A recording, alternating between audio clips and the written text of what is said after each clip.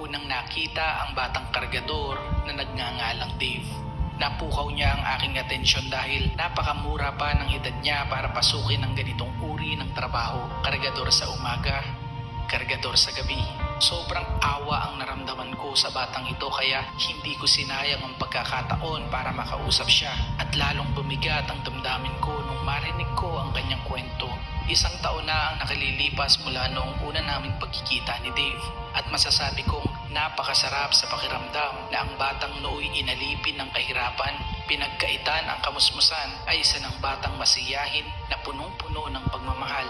Ang batang kargador ay malaya na ngayon.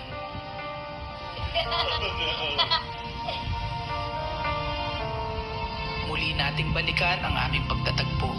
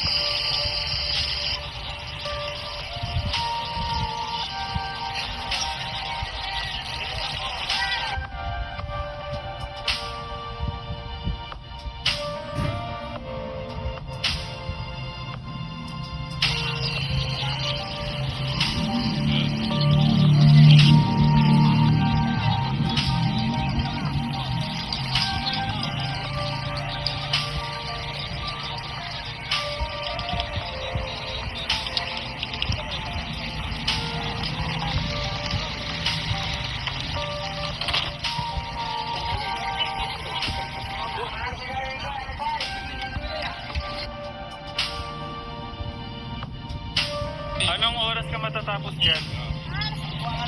Alas 10. O sige, hintayin kita na.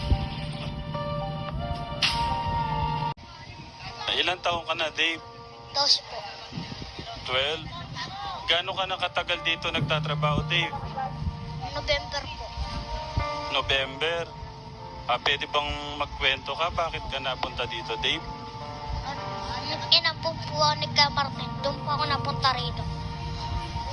Ayun lang po. Sino yun si Kang Martin? Nagkampun po sa akin. Paano mo yun naging kilala? Sa may basay ko po kasi dati natira. Nabaitan po siya sa akin. Inampun daw niya po ako. Pwedeng malaman kung nasan yung mga magulang mo? Hindi ko po kasi alam eh. Pwede mong ikwento sa amin kung bakit ka nawalay sa mga magulang mo? Nag-away po sila. Pinalangis po ako. Tapos lumayas po ako. Tapos doon pa ako napunta sa basay ko. Ah, okay. So, ang nangyari pala, nag-away yung parents mo. Tapos pinalayas ka.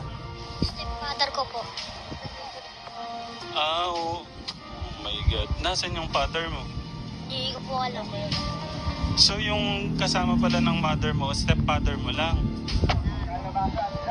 Kung naririnig ba ng magulang mo, wala ka bang message sa mama mo? O kaya sa magulang mo?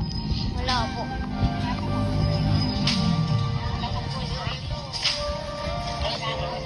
Pwede bang malaman kung bakit ka naiiyak?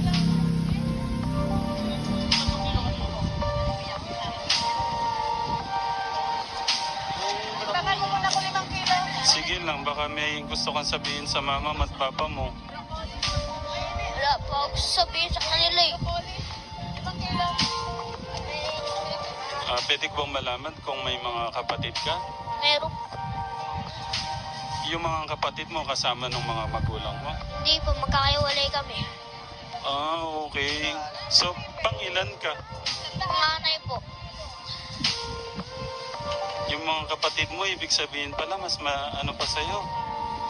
Opo. Ano ba yun? Ang sakit sa dibdib ng ano mo.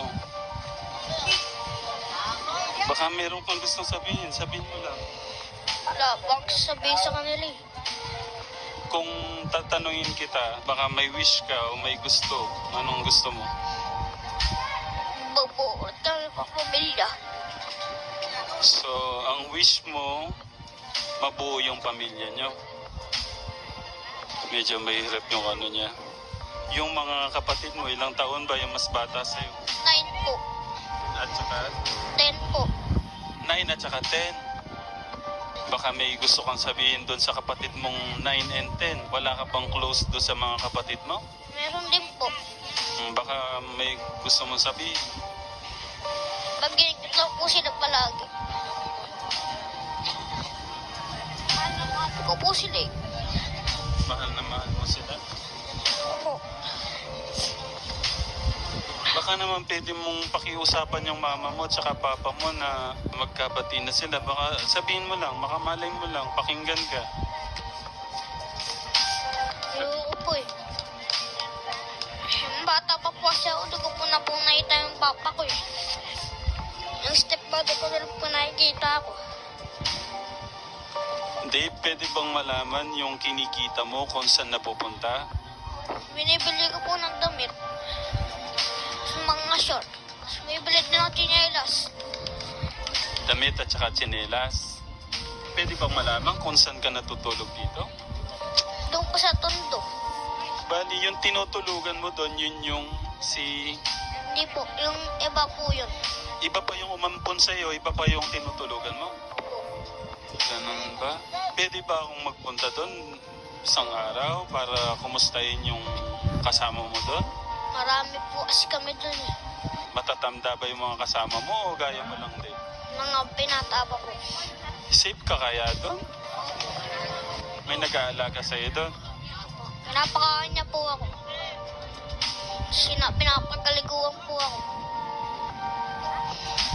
Bali yung kinikita mo, Dave, bali binibila mo lang ng damit mo, ng pagkain mo, yun sobra, saan napupunta? Wala po, di pa ako nagpapasobra. Yung sobra, binibili ko po ng pagkain. Ibig sabihin, wala mang sumusobra, wala kang naiipon. Meron din po. Saan mo tinatabi yung may sumusobra? Hindi po siya nag-ano sa akin. Sa meron din po, na nag-ampon sa akin. Kumbaga, sinishare mo dun sa nag-ampon sa'yo. Doon po pinapatabi. Pwede bang malaman kung magkano yung kinikita mo? 300 po. So, bumili pa ako ng isang damit. So kumikita ka ng 300 a day. Opo. Isa pa, Dave, bago tayo maghiwalay, wala kang wish sa akin, wala kang gustong sabihin sa akin. Meron po. Salamat po sa binigay niyo po. Tas, maraming salamat po sa interview niyo po ako. Wala kang gusto, gamit o anuman. Wala po. Kumari, Dave, tanungin kita, may mag-ampon sa'yo.